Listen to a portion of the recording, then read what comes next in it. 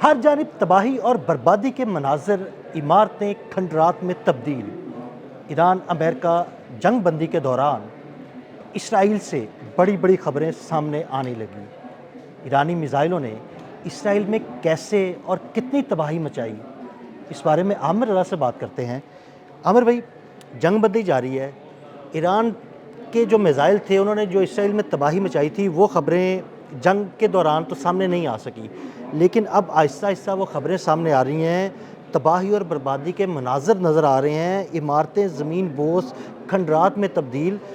क्या सूरत हाल है वहाँ पे? देखिए, पहली बात तो यह है कि इसराइल का जो मेन उसकी आप समझे कि उसकी आमदन है वो कंपनीज़ हैं जो कि यहूदियों के ज़ेर असर काम करती हैं। सबसे पहले तो ये हुआ कि जिसको बहुत महफूज समझा जाता था कि 5 लेयर उसकी सिक्योरिटी है, जिसमें थार्ड है, पेट्रियट है, फिर उसका एरो अपना उसका सिस्टम है बनाया हुआ। ये तमाम वो सिस्टम्स हैं जिनमें से कोई मिसाइल निकल कर नहीं जाएगा। जो आपने कहा तबाही, मैं आपको एक मज़े की दिलचस्प चीज़ बताने लगा हूँ। ईरान ने तबाही कम की है, हिजबुल्लाह ने ज़्यादा की। अच्छा, इनके 2 शुमाली शहर जो हैं हिजबुल्लाह ने मिलिया मेट कर दिए हैं। वो समझिए उसके कि वो अब एक खंडरात नुमा, जिस तरह आप समझे कि वो मंजोदारों के दौर में उसको दाखिल कर दिया है। उनके वो तो मेयर भी सूरत रोते रहे। ये वो शहर थे जिनके मुतल्लिक इनका ख्याल था कि शायद इसी से वो लेबनान की तरफ जो है जाएंगे, लेकिन इसके नॉर्थ में इन 2 शहरों को तबाह किया गया। फिर इसके बाद हिजबुल्लाह यहाँ रुकी नहीं, हिजबुल्लाह हैफा तक गई। यानी उसके मार्ग जो उसके मिसाइल्स थे या उसके रॉकेट्स थे वो हैफा तक गए और वहाँ पर जाकर उन्होंने तबाही फेरी। इसके बाद वो तेल अवीव की तरफ भी वो गए और आपको मैंने एक वीडियो भेजी थी, अगर आपको याद है कि एक कम्युनिकेशन सेंटर उड़ाया था उन्होंने, बिल्कुल ऐसे ही। और जिसमें लड़की की चीखें भी थी।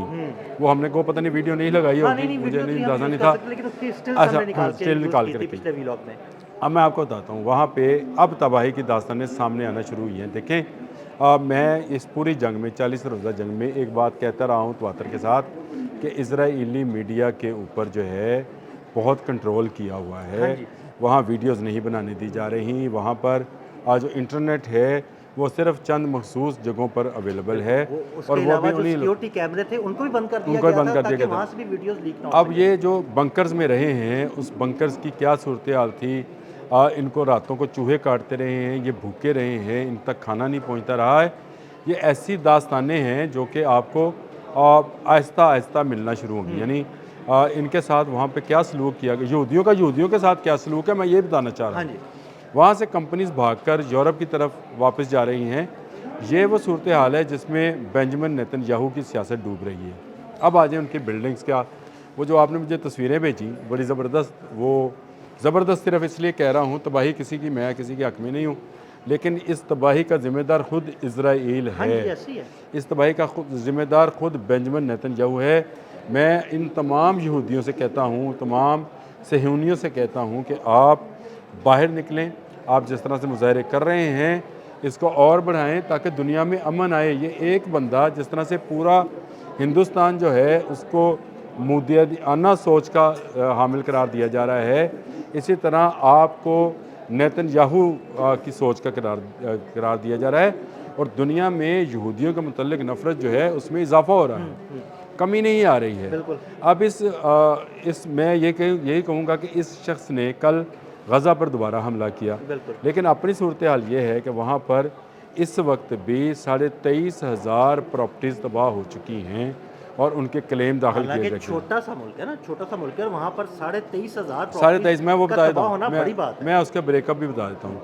इनमें 9,000 तो 1,000 तो तकरीबन वो बिल्डिंग्स हैं जो कि रिहायशी अपार्टमेंट्स हैं जिनमें मल्टी स्टोरीज बिल्डिंग बनती है। उसके अलावा मुख्तलिफ दफातर हैं, गाड़ियाँ हैं, जहाज़ हैं, ये तमाम प्रॉपर्टीज़ में ही आती हैं जिनके क्लेम जो हैं दाखिल किए जा रहे हैं। फिर कंपनीज़ के ऑफिसेज़ हैं, उनके क्लेम दाखिल, वहाँ पे इंश्योरेंस देने वाले जो हैं वो भी भाग रहे हैं। इंश्योरेंस कंपनियां भाग रही हैं वहाँ से कि भाई कहाँ से पैसे दें। इंश्योरेंस कंपनियां जो हैं वो भी इस वक्त वहाँ से फ़रार होने के चक्कर में हैं, क्योंकि इतना पैसा उनको देना पड़ेगा। जितनी यहूदी कंपनीज हो जाएंगी इंश्योरेंस कंपनियाँ। देखें, मुझे तो लगता है कि इस जंग के बाद इजराइल ही दिवालिया हो जाएगा और इजराइल को नया कोई फीडिंग पॉइंट मिलेगा नहीं, क्योंकि इसका सबसे बड़ा फीडिंग पॉइंट जो था, माजरत के साथ, वो आपका मुत्तहिदा अरब अमारात था, जहाँ पर बैठकर इनकी सारी कंपनीज काम करती थी वो आज रो पड़ा है और पूरी मुत्तहिदा दुनिया, अरब अमारात। वो तो रो रहा है लेकिन उसमें वहाँ पर जो कंपनीज काम करती थी वो भी रोएंगी, क्योंकि उनका पैसा भी निकल गया है और उनका पैसा वापस यूरोप की तरफ ट्रांसफ़र हो रहा है, अमेरिका की तरफ जा रहा है। खुद जो इसराइल में उसकी आमदन आया करती थी वो रुक रही है।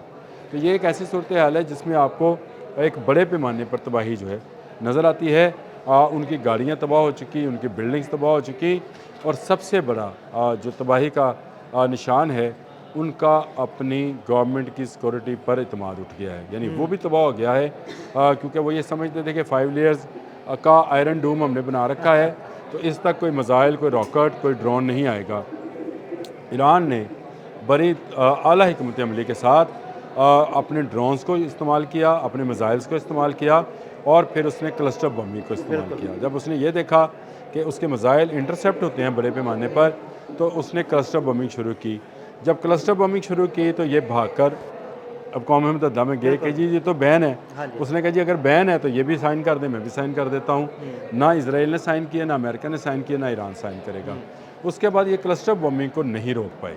ये इनका सबसे बड़ा जो आप इसको फॉल्ट समझें या जो भी इसको समझें, ये एक मिसाइल को इंटरसेप्ट करने के लिए लाखों डॉलर का इंटरसेप्टर इस्तेमाल करते रहे, लेकिन वो क्लस्टर बमिंग की सूरत में वो जब फटता था तो उसमें से और मज़ीद सैकड़ों छोटे छोटे 1.5 2-2 फुट के गोले निकलते थे, और वो जिस जगह गिरते थे उसको जलाकर खाकस्तर करते चले जा रहे थे।